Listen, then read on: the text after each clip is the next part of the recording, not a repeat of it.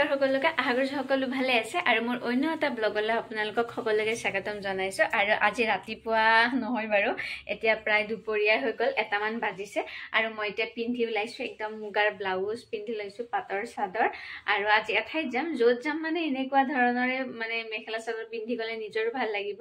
আৰু হয় আপোনালোকে যদি অনুমান কৰিব পাৰিছে মই সাহিত্য সভাত যাম পাঠশালাত চলি থকা আৰু ভন্টি আহিব আমাৰ ঘৰৰ পৰা আৰু মই আপোনালোকক ভিডিঅ'ৰ জৰিয়তে দেখাই থাকিম তাতনো মানে কি হৈছে যি সকলে এটা আহিব পৰা নাই তেওঁলোকে মোৰ ভিডিঅ'ৰ জৰিয়তে চাব পাৰিব লগতে আৰু এটা কথা সাহিত্য সভাৰ পৰা ভন্টিক কবিতা পাঠ কৰিবলৈ নিমন্ত্ৰণ জনাইছে হেহে আজি মানে আৰু বিশেষ হয় দিনটো আৰু 5টা মান বজাৰ পৰা মিটিং আছে তেতিয়া মানে তাই কবিতা পাঠ কৰিব তাতে বাকি এতিয়া আমি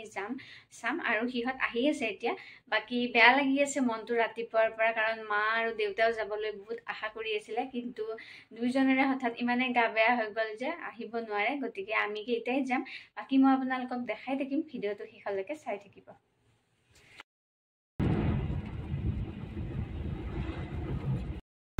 আৰু আমি আহি আছো এতিয়া গাড়ীত বহিছো আৰু ইফালে মুনমুন আছে আমাৰ লগত মুনমুনে গাড়ী চলাই আছে ইফালে ভন্টি আৰু আজিতুল আৰু কি একেবাৰে লাষ্টত এইটো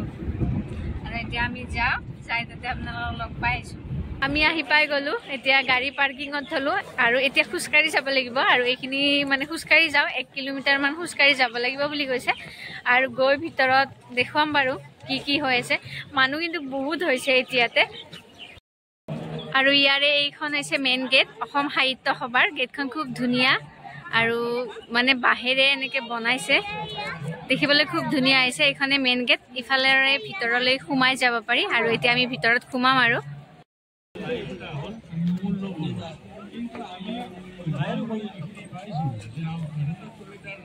ভিতৰত সোমালো ইফালে এখন মুকলি পথাৰ মানে কোনফালে চাম কোনফালে নাচাম তেনেকুৱা লাগি আছে আৰু ইমান ধুনীয়াকে হাতেৰে মানে কামবিলাক কৰিছে নামঘৰে হওক বা গেটৰে হওক ইমান ধুনীয়াকে বনাইছে আৰু যিবিলাক অসম সাহিত্য সভাৰ সভাপতি প্ৰথমৰ পৰা মানে তেওঁলোক হৈছে তেওঁলোককো ধুনীয়াকৈ ইয়াত মানে ৰাখিছে সন্মান দি পেলে আৰু 15 বিঘা মাটিত মানে এনেকৈ এখন ডাঙৰ মানে পথাৰত সাহিত্য সভাখন অনুষ্ঠিত কৰা হৈছে আহিটো মোৰ খুব ভাল লাগিছে মাত্ৰ সময় হাতত লৈ আহিলে আপোনালোকে আহিব কাৰণ কম সময়ত চাই শেষ কৰিব নোৱাৰি পিছফালে বাৰু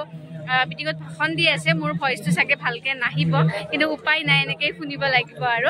এতিয়া মই নামঘৰটো চাব যাওঁ আপোনালোককো দেখাই আছো নামঘৰটো কেনেকৈ বনাইছে এইটো হৈছে নামঘৰ আমাৰ অসমীয়া সংস্কৃতিৰ এটা অন্যতম অংগ আৰু ইয়াতে নাম কীৰ্তন কৰি আছে আমি পিছে ভিতৰতহে নুসুমালো আৰু মানুহবিলাকে গৈ আছে বাৰু ভিতৰলৈকে গ্ৰন্থমেলাৰ গেট ভিতৰলৈকে গলে মানে কিতাপৰ দোকান আছে গ্ৰন্থমেলা চলি আছে আৰু যিখন গেটখনটো মোৰ খুব ধুনীয়া লাগিছে মানে আইডিয়াটো আৰু এইবিলাক কিতাপৰ আৰ্হিত কিছুমান এনেকৈ ৰখা হৈছে খুব ধুনীয়া লাগিছে এই গেটখন আৰু যিসকলৰ সৰু সৰু ল'ৰা ছোৱালী আছে বা কিতাপ পঢ়ি ভাল পায় তেওঁলোকে ইয়াত নিশ্চয় সোমাব পাৰে আৰু যিহেতু অসম সাহিত্য সভা সাহিত্যৰ লগতেই জড়িত গতিকে ইয়াত নোসোমোৱাটো কথা নাই গতিকে মই ভিতৰত যাওঁ আৰু ভিতৰতো কিতাপৰে মানে দোকান আছে গতিকে চাওঁ মোৰ ওচৰত যি নাই মই সেই কিনি লওঁ বিশেষকৈ মোৰ এই কিতাপখনৰ মানে আৰ্হিত যিখন গেট বনাইছে কিন্তু ক'বই নালাগে খুব ভাল লাগিছে আৰু এয়া গেটখনেৰে ভিতৰলৈকে সোমাই আহিলো ভিতৰত বহুত বিপণী আছে কিতাপৰ বাৰু যলৈকে যাওঁ গ্ৰন্থমেলাত কিতাপ কিনো বা নিকিনো সেইটো বেলেগ কথা কিন্তু কিতাপ চাব আহিমে এইটো মানে সৰুৰে পৰা অভ্যাস যিহেতু কিতাপ পঢ়ি নিজে ভাল পাওঁ এতিয়া বাৰু বহুতখিনি কিতাপ পঢ়া কমিয়ে গ'ল বুলি ক'ব পাৰি তথাপিও বাৰু চলাই আছো যেনেকে পাৰো আগতেতো বহুত কিতাপ পঢ়িলো সেয়ে কিতাপ দেখিলে মানে থাকিব নোৱাৰো আৰু এতিয়া আমি জাপিটো চাব আহিছো কিন্তু যিমান মানুহ ভিতৰত যাবৰ উপায় নাই তথাপিও বাৰু মই যিমানটো বাৰু আপোনালোকক দেখাবলৈ চেষ্টা কৰিম আৰু এইকেইদিন চাগে নিউজত আমি প্ৰত্যেকে শুনি আছো বা আপোনালোকে শুনিও আছে যে অসম সাহিত্য সভাত এবাৰ এটা ডাঙৰ জাপি বনোৱা হৈছে আৰু এইটো এছিয়াৰ ভিতৰত সৰ্ববৃহৎ জাপি হিচাপে স্বীকৃতিও মানে পাইছে আৰু আমাৰ কাৰণে গৌৰৱৰ বিষয় আৰু এতিয়াতো বাৰু মানে ভাল লাগিছে কিন্তু গধূলিলৈ যেতিয়া গোটেইখিনি লাইট দিব তেতিয়াতো আৰু ভাল লাগিব আৰু মই বাৰু দেখাও ভিতৰলৈকে যাব কিমানটো পাৰো চাওঁ আৰু মই আপোনালোকক দেখাবলৈ চেষ্টা কৰিম লগতে ময়ো চাই লওঁ মই মানে ওচৰত যাবলৈ মানে একদম হেঁপাহ লাগি আছে আৰু কেতিয়া যাম মানে মানুহ আছেতো সন্মুখত গতিকে দেখাব পৰা অৱস্থাত বাৰু এতিয়া নাই মই যাব পাৰিলে দেখাম বাৰু আপোনাক আৰু এইটোৱে হৈছে জাপিটো এতিয়াতো বিশ্বৰ ভিতৰতে ই ডাঙৰ জাপি হিচাপে স্বীকৃতি পালে মই মানে ভাবিছো ইমান ডাঙৰ জাপি আৰু যিসকলে বনাইছে তেওঁলোকৰ কিমান কষ্ট হৈছে সঁচাই আমাৰ অসমীয়া সংস্কৃতি খুব ভাল লগা আৰু ইফালে হৈছে ইয়া বিজ্ঞান মেলা আৰু এইবাৰ সাহিত্য সভাত বাণিজ্য মেলাৰ পৰিৱৰ্তে বিজ্ঞান মেলাখন অনুষ্ঠিত কৰা হৈছে এটোটো খুব ভাল কথা আমাৰ যিসকল ছাত্ৰ ছাত্ৰী আছে তেওঁলোকেও বিজ্ঞানসন্মত মানে মানসিকতাৰে এইবোৰ চাব পাৰিলে ভাল হ'ব ইফালে এখন জনজাতীয় গাঁৱৰ আৰ্হিৰে কিছুমান সৰু সৰু পজা বনোৱা হৈছে মই বাৰু খুব বেছি ভিতৰলৈকে নগলো কাৰণ আমাৰ হাতত সময় একেবাৰে কম আছিল আৰু ইমান ডাঙৰ যিহেতু এখন পথাৰ সকলোবোৰ সম্ভৱো নহয় বাৰু ঘূৰি ফুৰাটো আৰু ইফালে সাহিত্য সভা যেহেতু আহিছো এনেকুৱা বাহৰ দুটা মই বস্তু কিনি ললো আৰু বৰ বিশেষ কিনা নাই ইফালে ভণ্টিৰ 5টাৰ পৰা এখন মিটিং আছিল কাৰণ তাই সাহিত্য সভাৰ পৰা আমন্ত্ৰণ জনাইছিলে কবিতা পাঠ কৰিবৰ কাৰণে সেয়ে আমি মূল মঞ্চলৈকে আহিলো এয়া আমি বহি আছো বাৰু আৰু ইফালে ভণ্টিও গৈছে মঞ্চত বহিছে আৰু এয়া আৰম্ভ হৈছে মঞ্চৰ কামবোৰ ইফালে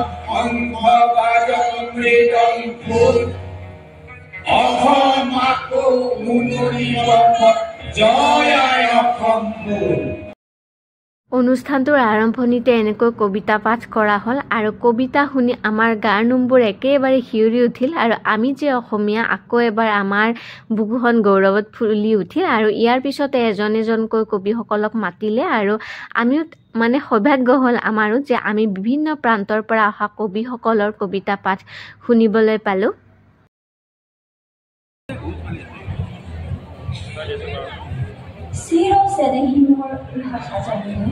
নমস্কাৰ অসম সাহিত্য সভা নমস্কাৰ সাহিত্য সমাজ পৰিমাণ লোৱা কবিতাৰ শীত নহা চহৰত আহো আহো হেৰেঙা বতাহ আহি নাপায় চহৰখনৰ গলিবোৰ স্কুল নচোৱাকৈয়ে উভতি যায় সহিব নোৱাৰি গোলকীয় উষ্ণতা আৰু এয়া আপোনালোকে শুনিবলৈ পালে ভণ্টিয়ে কবিতা পাঠ কৰিলে মই গোটেই বাৰু কবিতাটো মানে নুশুনালো আপোনালোকক কাৰণ সকলোৱে শুনি ভাল নাপাবও পাৰে সেয়েহে মই বাকিখিনি মিউট কৰি দিলো বাৰু যি নহওক তাই কবিতা পাঠ কৰিলে বাকি সকলোৰো আমি এনেকৈ কবিতা শুনিলো খুব ভাল লাগিলে কাৰণ মই কৈছো বিভিন্ন প্ৰান্তৰ পৰা কবি আহিছে তেওঁলোকৰ যিবোৰ শব্দৰ ভাণ্ডাৰ